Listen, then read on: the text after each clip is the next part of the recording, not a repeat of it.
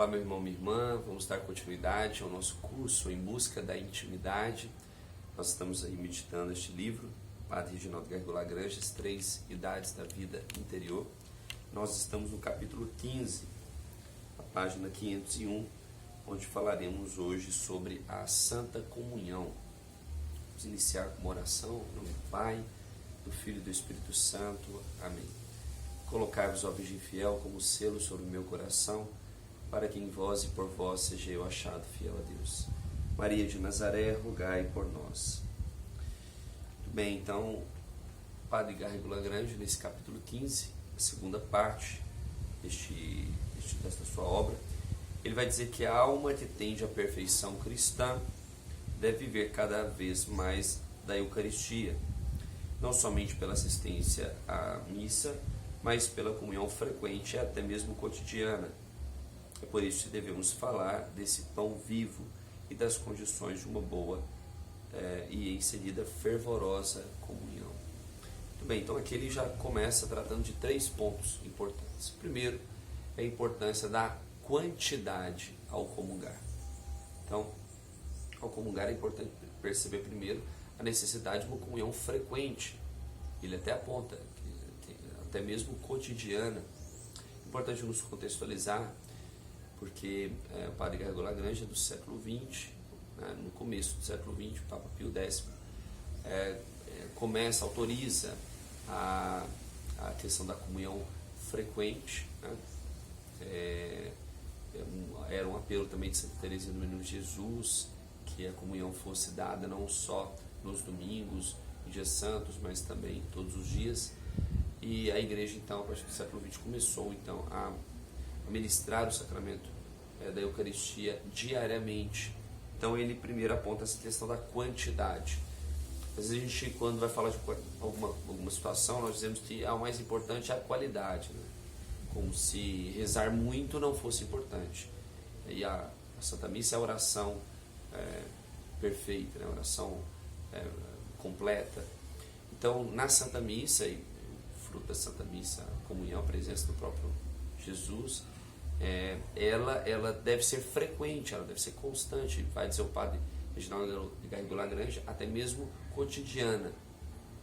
Assim como se come diariamente, para alimentar o corpo é necessário alimentar a alma. E ele também vai dizer da qualidade desta comunhão. Então ele aponta que a comunhão deve ser boa e em seguida fervorosa, né? Uma coisa é a comunhão boa, a boa comunhão. Outra coisa é a comunhão que é fervorosa.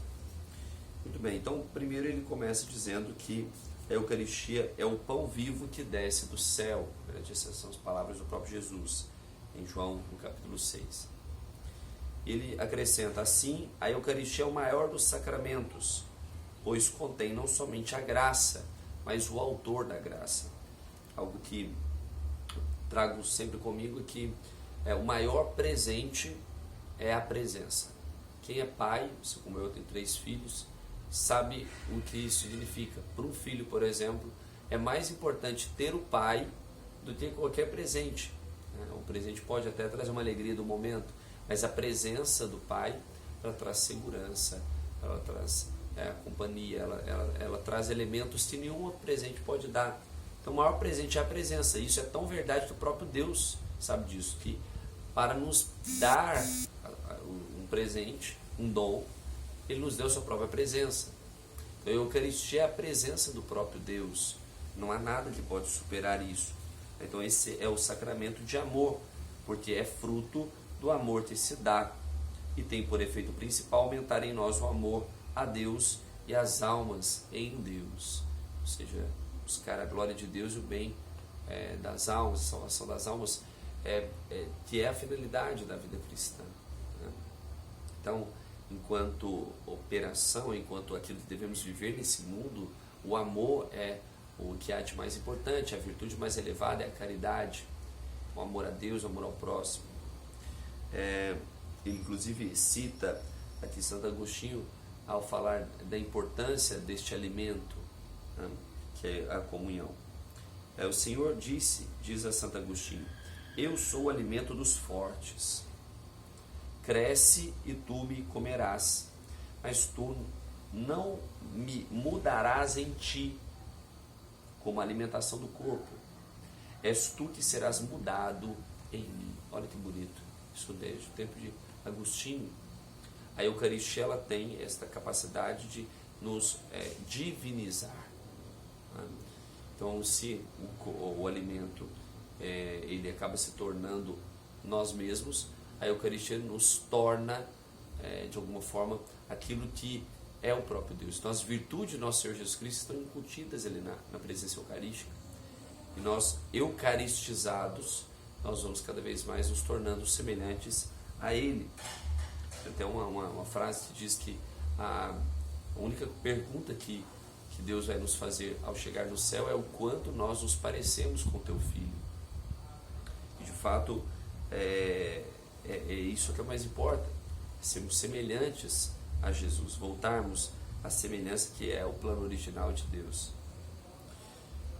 Pois bem, então ele vai falar também sobre as condições para uma boa comunhão. E aqui eu quero colocar, a falar também da importância de uma boa confissão.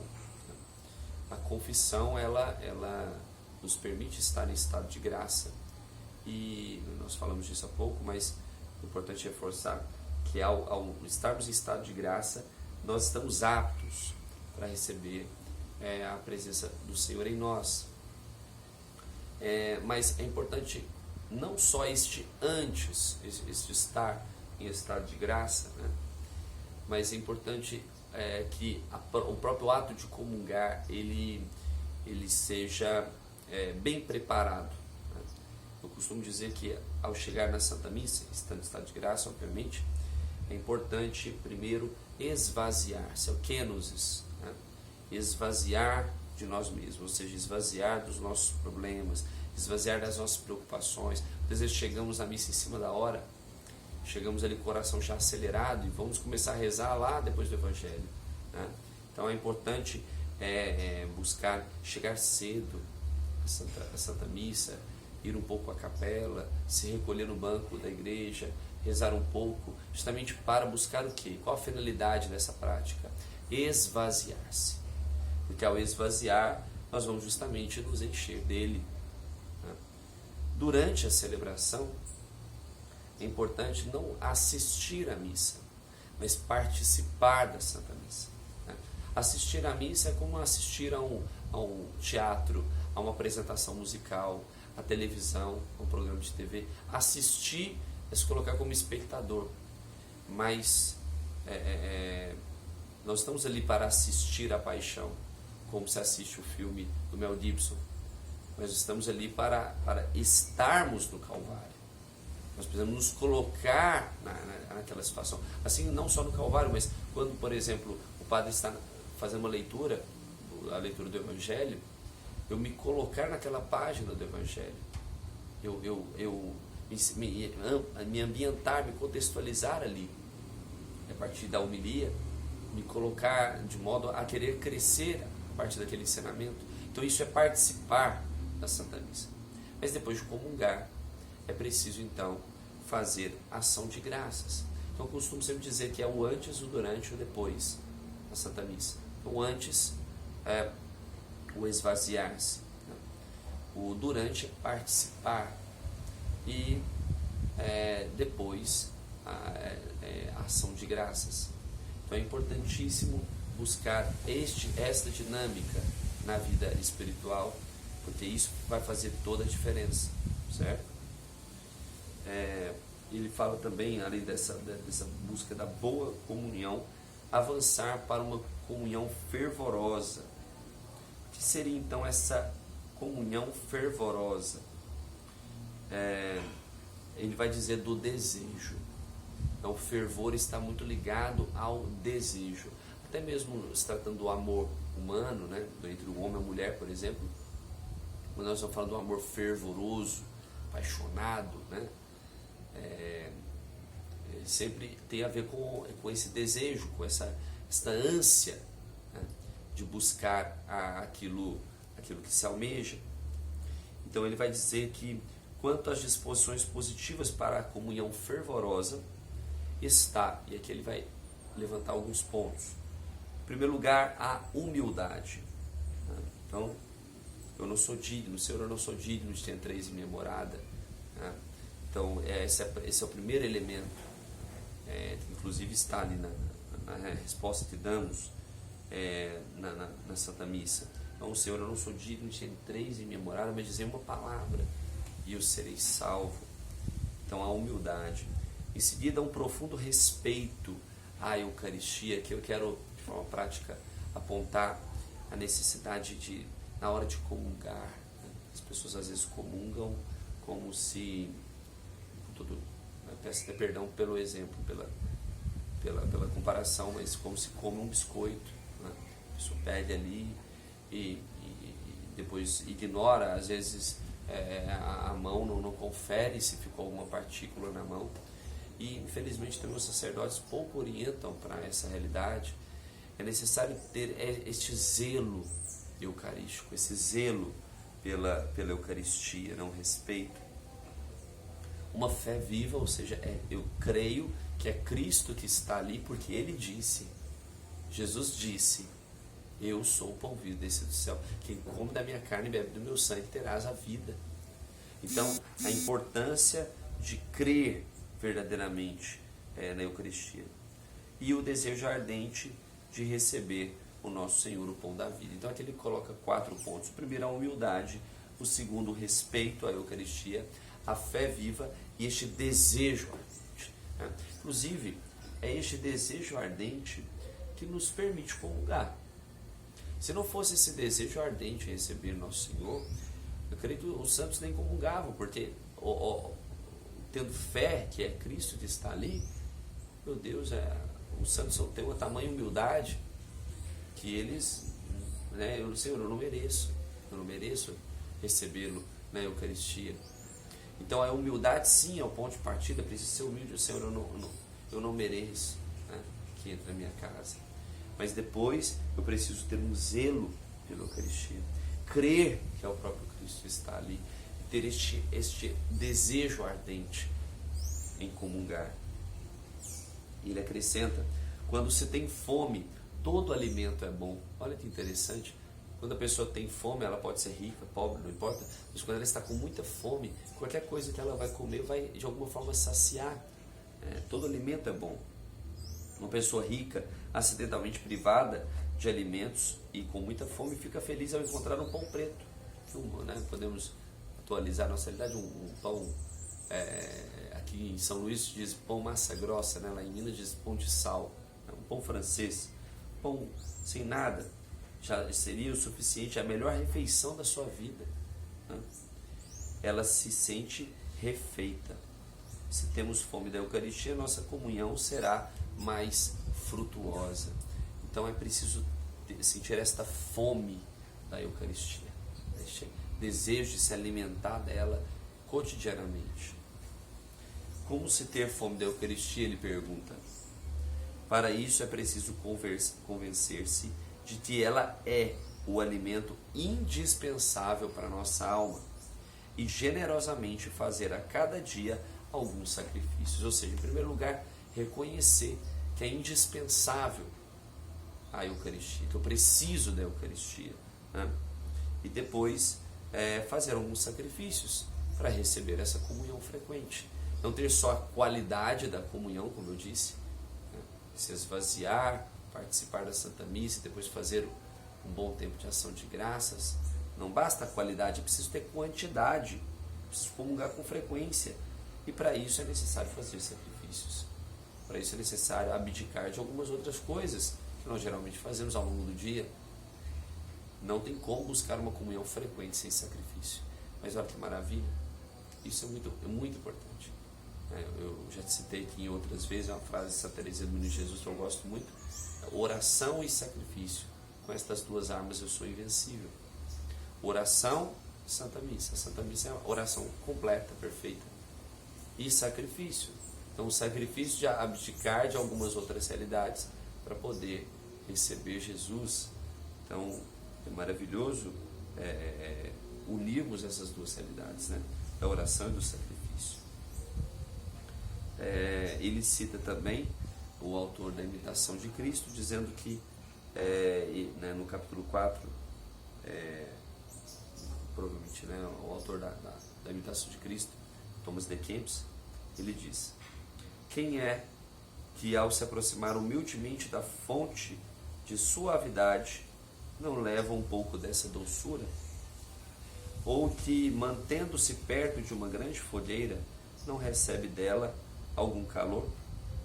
Vós sois meu Deus, essa fonte sempre plena e abundante, esse fogo sempre ardente que jamais se extingue.